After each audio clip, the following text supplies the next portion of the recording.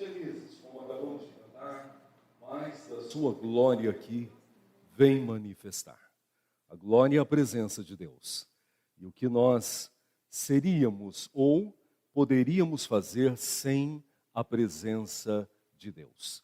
Aquilo que o apóstolo Paulo aos Colossenses, no capítulo 3, versículo 11, nos ensina.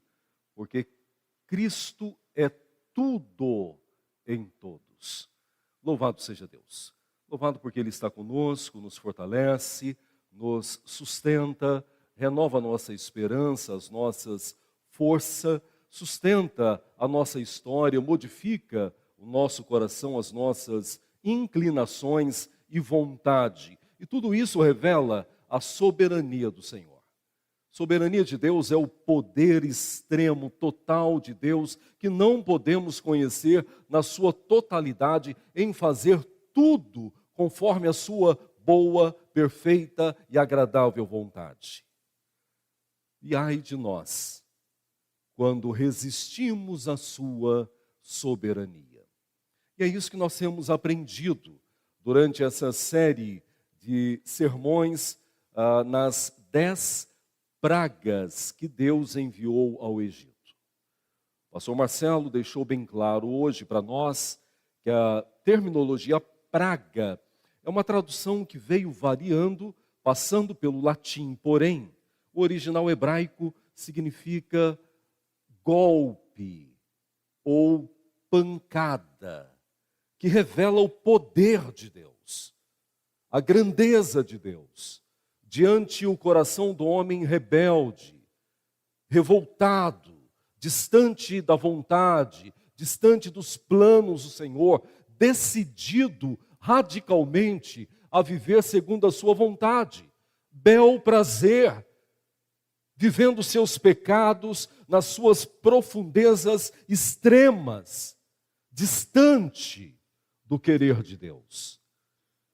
Então nós iremos concluir hoje essa série de reflexões sobre as pancadas ou os golpes soberanos de Deus a uma nação impetuosa, rebelde, pagã, refletindo no livro de Êxodo, capítulo 12, do versículo 29 ao 36, a 10ª pancada de Deus, ou 10º golpe de Deus ao Egito, que foi a morte dos primogênitos. Então, Êxodo 12, do 29 ao 36. Palavra do Senhor. Aconteceu que, à meia-noite, feriu o Senhor todos os primogênitos na terra do Egito, desde o primogênito de Faraó, que se assentava no seu trono, até ao primogênito do cativo, que estava na enxovia, e em todos os primogênitos dos animais. Levantou-se Faraó de noite, ele, todos os seus oficiais e todos os egípcios, e fez-se grande clamor no Egito, pois não havia casa em que não houvesse mortos. Então, naquela mesma noite, Faraó chamou a Moisés e Arão e lhes disse: levantai-vos, saí do meio do meu povo, tanto vós quanto os filhos de Israel. Ide, servi ao vosso Deus, como tendes dito. Levai também convosco as vossas ovelhas, o vosso gado, como tendes dito. Ide-vos embora e abençoai-me também a mim. Os egípcios apertavam com o povo, apressando-se em lançá-lo fora da terra, pois diziam: todos nós morreremos.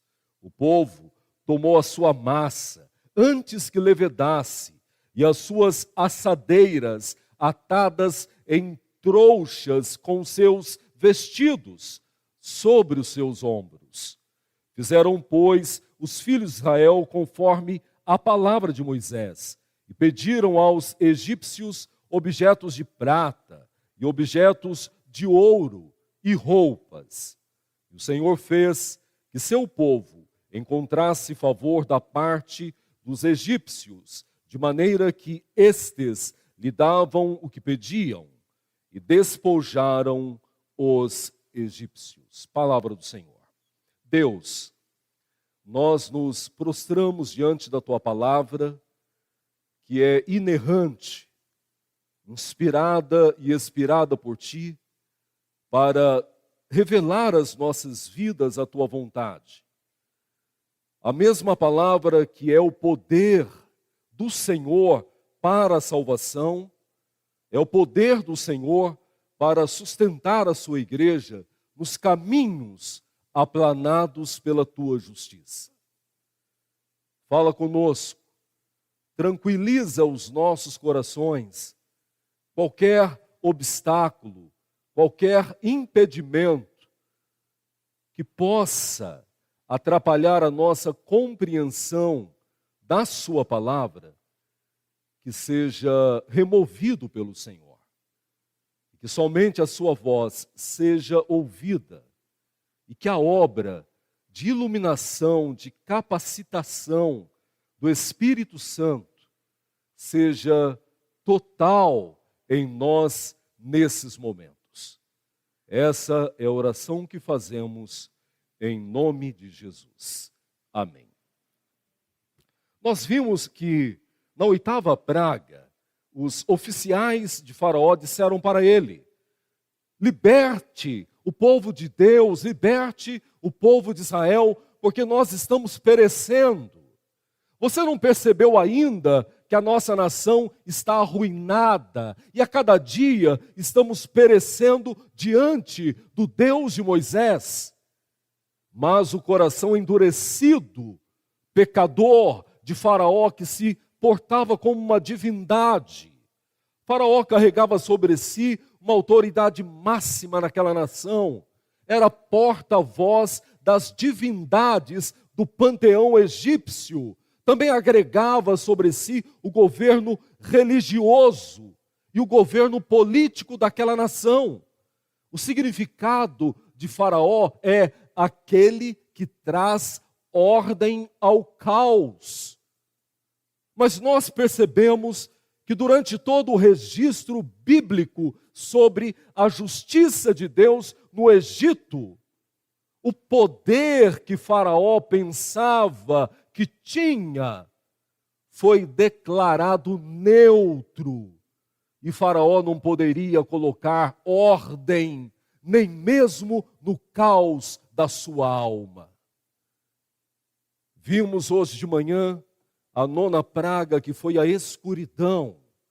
3 dias em plena escuridão, que revelaram para aquela nação que somente a presença de Deus pode trazer a claridade para os nossos dias, para a nossa alma. Há uma clareza de alma, há uma clareza de espírito que não se encontra em ninguém mais, senão em Deus. Os 3 dias de escuridão revelam o distanciamento da graça, o distanciamento da luz que é Cristo, o distanciamento da vontade soberana divina. E revelam também que o homem, o ser humano, não pode viver de outra forma por si mesmo, senão em total trevas da sua vida. Faraó se irritou e disse a Moisés: saia da minha presença, porque da próxima vez que nós nos encontrarmos, certamente morrerás. Moisés também saiu bravo, porque a paciência também em algum momento tem o seu limite. E entra então o 10º golpe fatal de Deus contra a nação egípcia: a morte dos primogênitos. Vem numa estrutura totalmente diferente das 9 anteriores, porque ela começa no capítulo 11, Capítulo 11 é a anunciação do 10º golpe.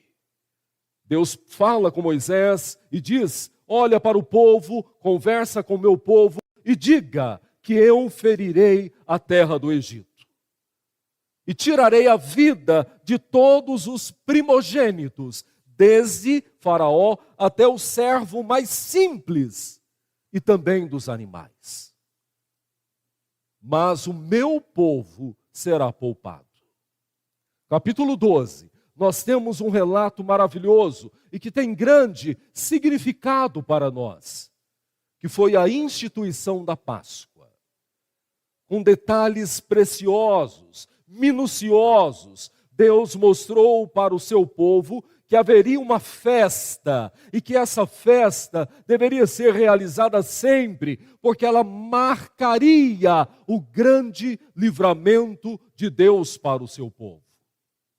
E o centro do capítulo 12 é: e vocês pegarão o sangue do cordeiro imolado e passará nos umbrais e na trave da porta da casa de vocês, para que quando passar o anjo do juízo, ele saiba que aí está o meu povo. E por que isso é importante para nós? Porque nós comemoramos a Páscoa do Êxodo? Não. Isso é importante para nós porque a Páscoa do Êxodo 12 apontava para a Páscoa que é Cristo Jesus. Primeira Epístola de Paulo aos Coríntios, capítulo 5, versículo 7. Deixem o velho fermento, porque agora vocês são novos, porque Cristo é a nossa Páscoa. Que coisa maravilhosa. Não foi mais o sangue do cordeiro ou o sangue dos sacrifícios na antiga aliança que representavam o perdão de Deus para o povo, mas agora foi o sangue do Cordeiro imaculado, derramado na cruz do Calvário, que nos livrou da morte, que nos deu uma nova vida, que nos deu a liberdade eterna. Foi esse sangue que salvou as nossas vidas.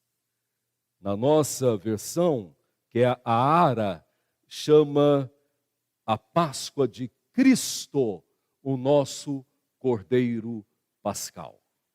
E agora então, capítulo 12, do versículo 26 ao versículo 29 ao versículo 36. Aconteceu que à meia-noite feriu o Senhor todos os primogênitos da terra do Egito. Primeira verdade que nós devemos entender já imediatamente: Deus não falha com as suas promessas. Nós temos enfatizado isto desde o primeiro golpe de Deus. Enquanto muitos tentam desconstruir a soberania de Deus nas pragas enviadas ao Egito, nós cremos biblicamente que não há coincidência. Não há nenhuma ação natural aos gafanhotos, porque naquela época havia grande alimentação em tal região, então eles migravam de uma região para outra e migraram para o Egito. Não. Em todos, Moisés dizia: tal dia e em tal horário acontecerá isso e aquilo. E acontecia. Não há coincidências. Há a soberania de Deus. Olha só o versículo 29. Aconteceu que à meia-noite feriu o Senhor todos os primogênitos na terra do Egito, desde o primogênito de Faraó, que assentava no seu trono, até o primogênito do cativo, que estava na enxovia, e todos os primogênitos dos animais. Deus tem um plano. Por mais que nós não entendamos em muitos momentos, por mais que seja difícil recebê-lo, porque não entendemos, Deus tem um plano eterno. E não pode ser mudado, não pode ser frustrado. Eu me lembro claramente da última cidade em que nós moramos, Ilhéus, Bahia. Já falei isso aqui numa escola bíblica dominical. Ilhéus é uma ilha, e aí há o continente. Havia uma ponte, há uma ponte, e na volta do continente para Ilhéus, para a cidade, nós morávamos na ilha, havia um outdoor enorme de uma igreja emergente, e estava escrito isso: a oração com fé pode mudar a vontade de Deus. E nunca mais me esqueci isso. Você pode ter a maior fé do mundo, se fé tem tamanho. Nada muda a vontade de Deus. Ele é imutável. É um dos atributos incomunicáveis de Deus. Nada muda a vontade dele. O que ele quer, ele faz. Isso você vê no Antigo Testamento inteiro. Ezequiel, quando tem a visão da casa do oleiro, fala sobre isso. E daí o apóstolo Paulo, trabalhando na mesma perspectiva, fala o seguinte, em Romanos capítulo 9, como pode o objeto olhar para quem o fez e questioná-lo quanto à sua vontade na sua criação? Nós não mudamos a vontade de Deus. O plano dele é eterno, é perfeito. Algo que nós temos enfatizado sempre. Ele não fica escrevendo história. Deus está escrevendo a sua história, Célio. Não. Nós escrevemos. Deus já escreveu. Deus não é temporal como nós somos. Você está construindo um texto, você fica lá apagando direto, né? Antes nós escrevíamos no papel e a borracha, né, Shirley?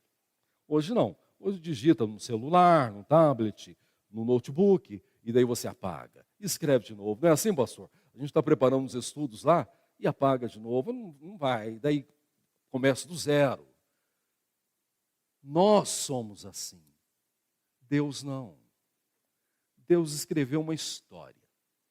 E ela é perfeita. Aquele ditado que vocês ouviram é um dos piores ditados que existem. Que Deus escreve certo em linhas tortas. Nós temos linhas tortas. E bem tortuosas. Deus não tem linhas tortas. É tudo perfeito nele.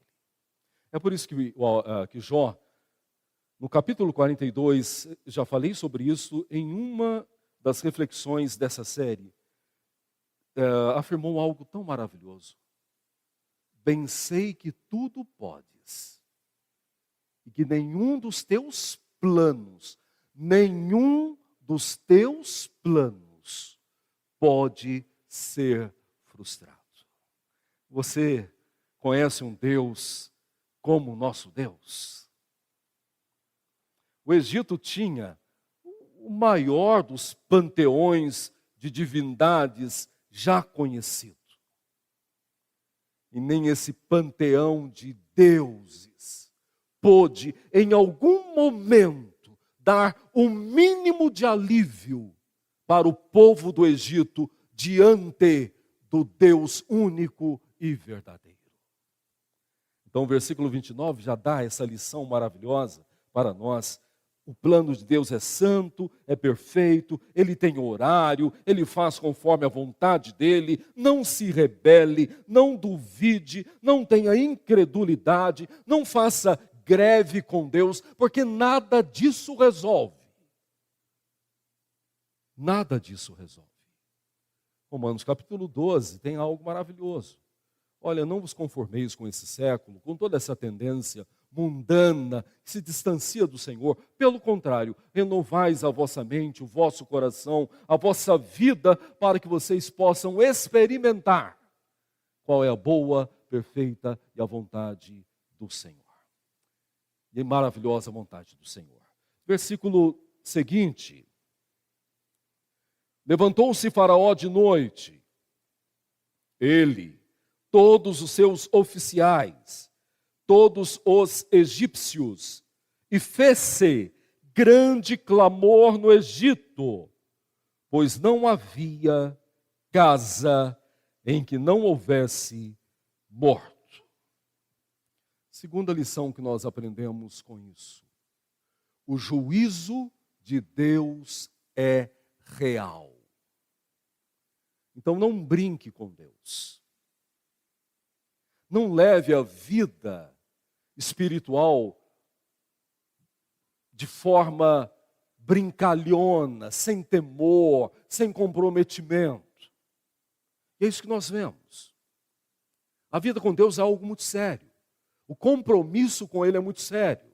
Há uma tendência de uns 20 anos, de uns 30 anos, não é coisa nova não, em que apresenta um Deus bonzinho, o Deus Papai Noel, um Deus gordo, abastado, preguiçoso, e que olha para os filhos rebeldes e não corrige mais os filhos, porque ele é um papaizinho, e as orações estimuladas são essa: fala com o papai, ele é carinhoso, o papai te carrega no colo. Deus, na mesma imensidão que é amor, Ele é justiça. E não há coisa mais horrível do que cair nas mãos desse Deus que é justo.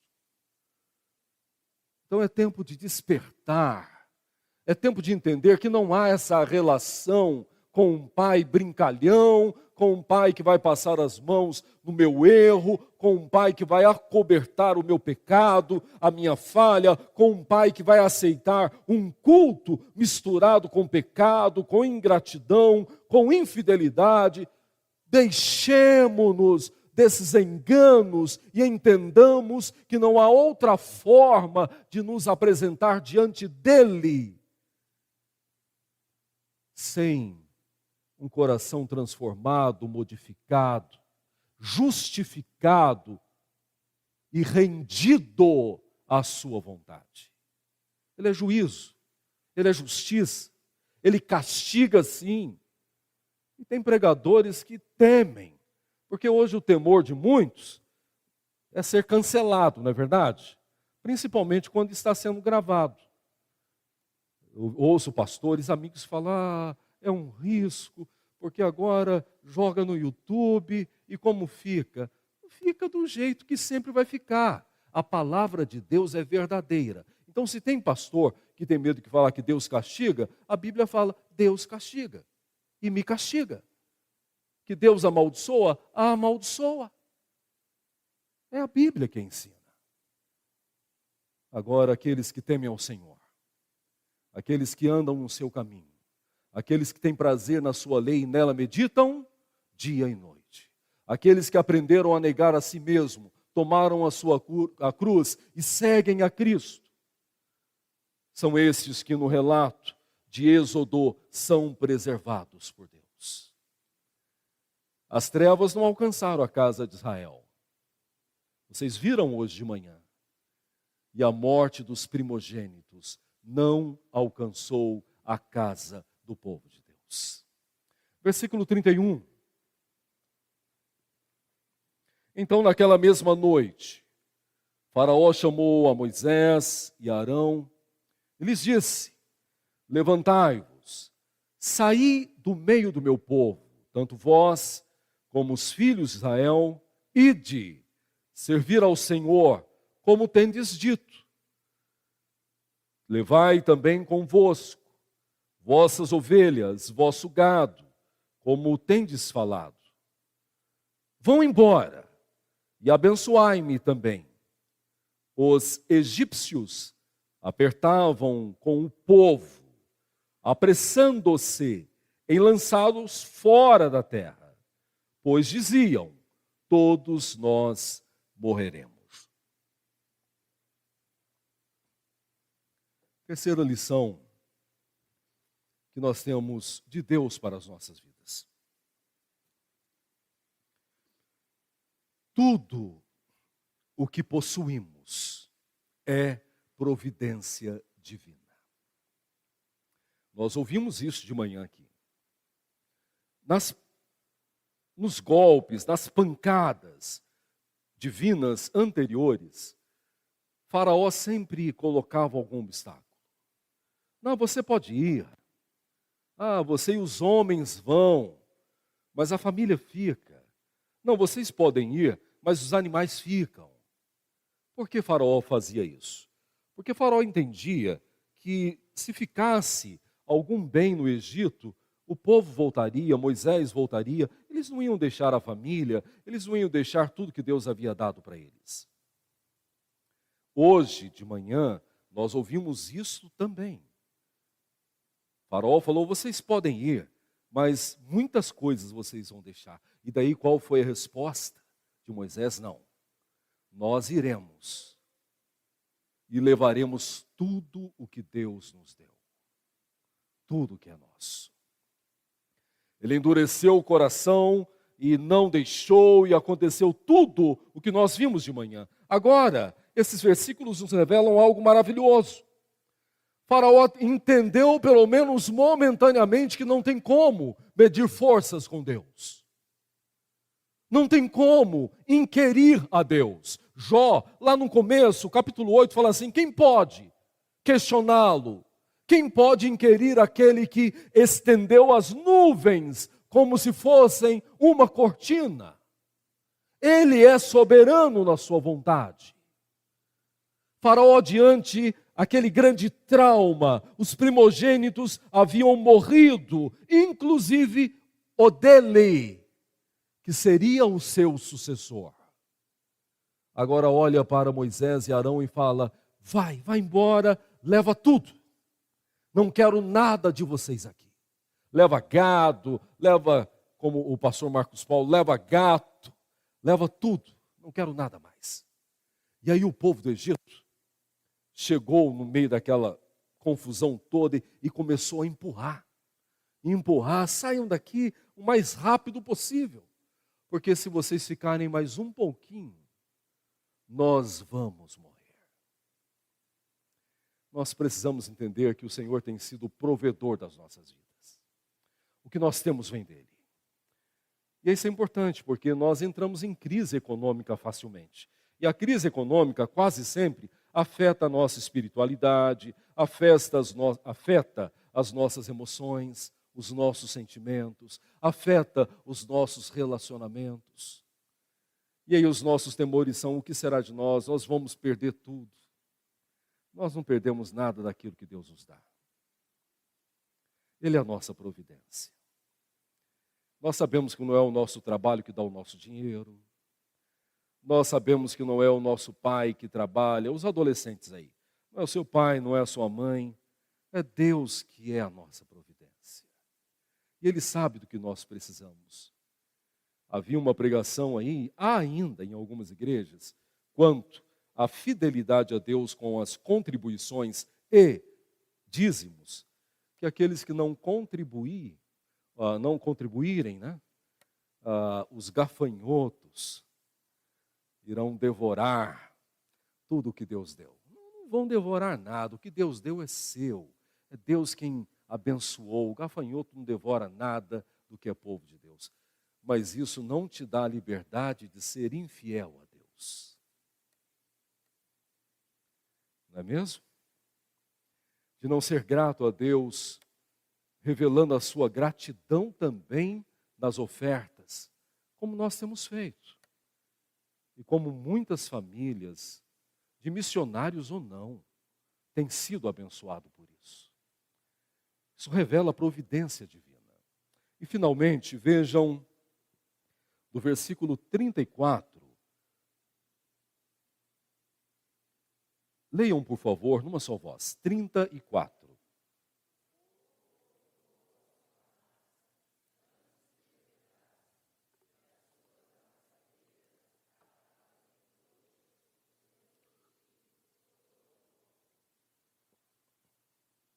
Quarta verdade. Nós não temos tempo para perder. A vida com Cristo é uma vida urgente. Não é uma vida que você está fazendo um passeio espiritual e olha para um lado, olha para o outro, vou e não vou, quero ou não quero. Não. Isso aí a gente faz quando está de férias, não é verdade? Acorda tarde, almoça tarde. A vida com Deus é uma vida urgente. Não tem tempo para pensar, não tem tempo para desenvolver, não tem tempo para criar. E tudo isso é muito importante, sabe por quê? Porque isso revela que não somos nós que criamos, não somos nós que pensamos, não somos nós que programamos, não somos nós que planejamos, é Ele quem faz todas as coisas. Eles haviam preparado a massa, faziam seus pães, e quando a coisa apertou e Faraó falou, saiam daqui, e o povo falou, corram, nós não queremos mais vocês na nossa terra, eles tiveram que pegar tudo, inclusive a massa, que ainda não tinha crescido. O que isso significa? O fermento tem um processo que demora. Quem faz pão sabe disso. Tem gente que não tem nem paciência. Massa lá e olha, lá em casa faz a massa e enrola uns 2 edredons ainda. Eu cheguei lá em casa, tinha um pacote desse tamanho em cima da mesa, de cobertor. Eu falei, o que está acontecendo? Porque a massa está aí, tem que enrolar no edredom. E daí quando você abre, então, a massa era desse tamanho, está desse tamanho. Pão precisa de tempo, bolo não. Bolo você pega, bolo qualquer um faz. Você pega tudo, faz, pega tudo, joga dentro do liquidificador, não esqueça o fermento. Joga o fermento, liga, bateu bem, joga na forma. Se tiver um forno bom, tem que ter forno bom. Se você não faz bolo, pelo amor de Deus. Todo mundo faz, agora pão não. Pão tem que ter paciência. Tem que ter braço, daí você vai amassar, vai colocar. Não pode ser curioso. Se ficar abrindo lá, não vai dar certo. Se abrir o forno, não vai dar certo. Então coloque uma lâmpada lá também. Porque pão leva tempo. Igreja não tem esse tempo. Não tem. As almas estão perecendo. A seara não está branca mais, a seara já está caindo. A seara estava branca quando eu tinha 10, 12 anos que os pregadores falavam. Hoje o povo está morrendo sem ouvir de Deus. Ou morrendo ouvindo o evangelho falso. É isso que tem acontecido. Então nós não temos tempo, é viver para Deus, é glorificá-lo em tudo, é amá-lo sobre tudo, é depender dele em todas as áreas da nossa vida e anunciá-lo com todo o pulmão, com toda a força da nossa alma. E finalmente, querida igreja, os versículos 35 e 36. Fizeram, pois, os filhos de Israel conforme a palavra de Moisés, e pediram aos egípcios objetos de prata, objetos de ouro, roupas. Foram 430 anos de escravidão. O Egito é conhecido aí nos livros antropológicos, históricos e até também arquitetônicos, como nações que desenvolveram grandes arquiteturas. Só Deus sabe quanto custou. Quanto sofrimento custou. 430 anos de escravidão. Foi um baque econômico sem precedentes. A história do Egito acabou aí. Os 10 golpes de Deus e a saída do povo escravo. A história do Egito acabou ali. Não tem mais história. Não tem mais sucesso. Esse é o juízo de Deus. E agora você percebe, no versículo 35, algo maravilhoso. Em nenhum outro momento, aqueles corações endurecidos, Marcilene, daria ouro, prata e roupas para os escravos. E por que isso aconteceu? Veja o versículo seguinte. E o Senhor fez que seu povo encontrasse favor da parte dos egípcios, de maneira que eles lhes davam o que pediam. O Deus que endurecia também amolecia os corações. 430 anos de escravidão iam sair com a mão atrás e outra na frente. O que seria desse povo? Mas não. Deus falou, vocês não vão sair assim. Vocês vão chegar para os seus vizinhos, para tudo que é egípcio, e vai falar, eu quero ouro, prata, roupa, tudo que eu posso carregar. E o que eles faziam? Tomar tudo. Até porque eles não queriam conhecer uma 11ª praga. Não é verdade? Ali eles viram que não tem mais como. Não, a gente prefere a pobreza, já perdemos tudo, o gafanhoto já comeu tudo, piolho já arrasou, a confusão daquelas. Não queremos mais nada, leva tudo. Leva tudo. A providência de Deus continua.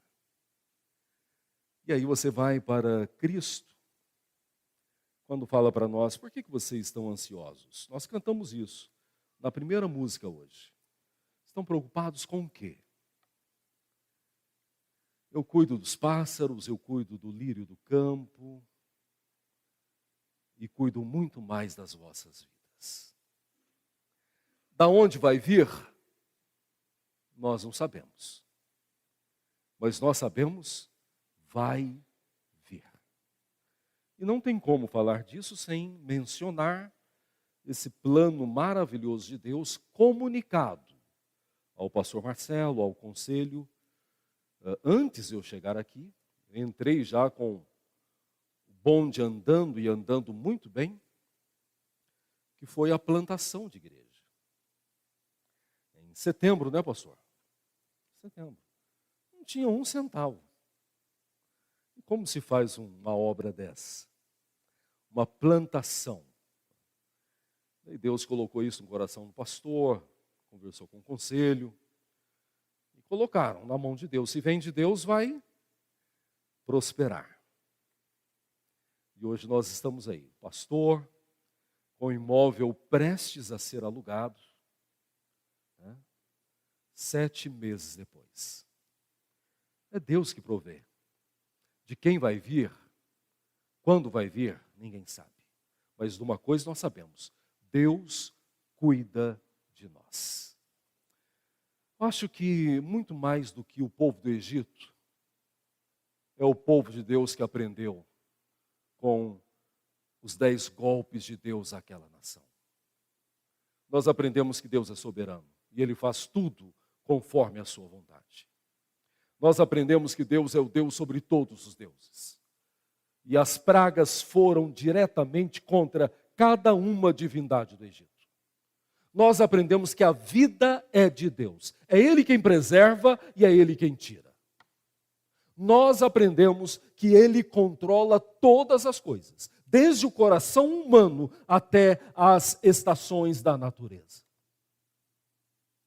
E nós aprendemos que mesmo nos maiores desafios, Ele sempre caminhou com o seu povo e sempre caminhará conosco. Que Deus os abençoe e que essas 10 reflexões possam transcender o tempo, que possam falar aos nossos corações até o último dia da nossa existência. A Deus toda a honra, toda a glória, pelos séculos dos séculos. Amém. Obrigado, ó Pai, pela Tua palavra, obrigado pelo Teu poder revelado ao povo do Egito, mostrando o seu juízo.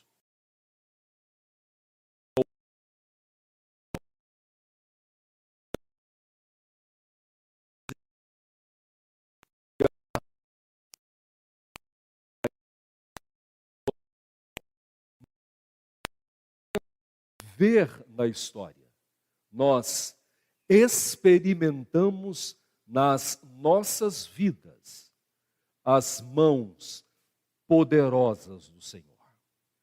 Fala conosco e ministra sempre em nossos corações a Tua palavra, em nome de Jesus. Amém. Pastor Marcelo.